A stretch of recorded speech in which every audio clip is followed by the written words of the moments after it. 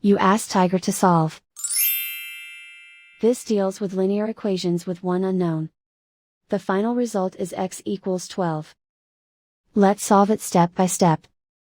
Swap sides. Group all constants on the right side of the equation. Add 3 to both sides. Simplify the arithmetic.